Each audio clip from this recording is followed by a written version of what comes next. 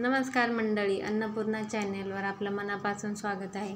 रोज रोज भाजीला काय बनावं किंवा टिफिनला काय द्यावं हा प्रश्न प्रत्येक गृहिणीला पडतो। तर आज मी ओल्या वाटाण्याची चमचमीत अशी भाजी बनवून दाखवणार आहे। ही भाजी चवीला एकदम छान लागते व जास्त वाटण देखील बनवायची गरज नाही। तर झटपट होणारी ही भाजी आहे, एकदा नक्की ट्राय करा। तर लगेचच व्हिडिओला इथे सुरुवात करूया।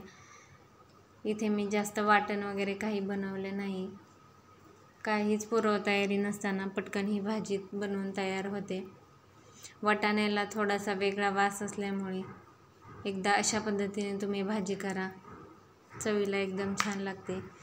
तर कढईमध्ये 2 चमचे तेल घातले आहे। तेल व्यवस्थित गरम झाल्यानंतर 1 चमचा जिरे घातले आहे। जिरे छान तडतडल्यानंतर इथे मीडियम साईजचा कांदा बारीक कट करून घेतला आहे। तो कांदा चांगला लालसर होईपर्यंत भाजून घ्यायचा आहे। नंतर इथे मी आले, लसूण व थोडंसं खोबरं एकत्र मिक्सरला फिरवून घातलं आहे। जास्त मसाले भाजून वाटण बनवलं नाही, फक्त खोबरं आणि आले लसूण एकत्र फिरवून ते घेतलं आहे। नंतर याच्यात 1 टोमॅटो किसून घातला आहे, व्यवस्थित मिक्स करून घेतला आहे। नंतर इथे चवीप्रमाणे भाजीला जेवढं मीठ हवं आहे तेवढं घातलं आहे व अर्धा चमचा इथे साखर घातली आहे। साखर घातल्यामुळे टोमॅटोतील आंबटपणा निघून जातो। व्यवस्थित मिक्स करून घेतला आहे। नंतर याच्यात अर्धा चमचा हळद, 1 चमचा धनेपूड व घरगुती काळा मसाला 1 चमचा, 1-1.5 चमचा घातला आहे। दुसरे कोणतेच मी इथे मसाले घातले नाहीत। छान मिक्स करून घेतला आहे। झटपट अशी ही भाजी बनवून तयार होते व रंग येण्यासाठी अर्धा चमचा काश्मीरी लाल मिरची पावडर घातली आहे। नंतर इथे 1 चमचा फुटाण्याचं कूट घातलं आहे,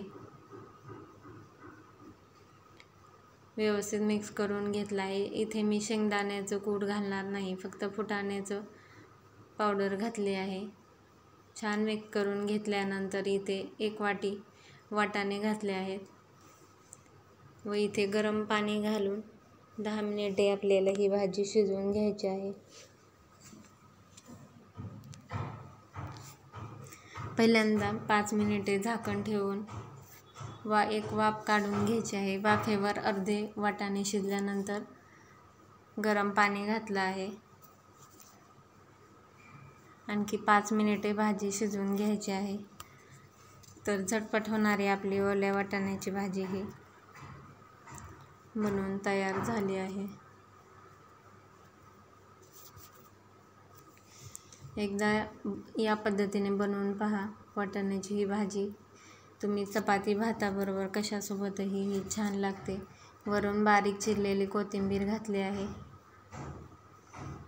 तर व्हिडिओ आवडला असल्यास नक्की लाईक करा। धन्यवाद।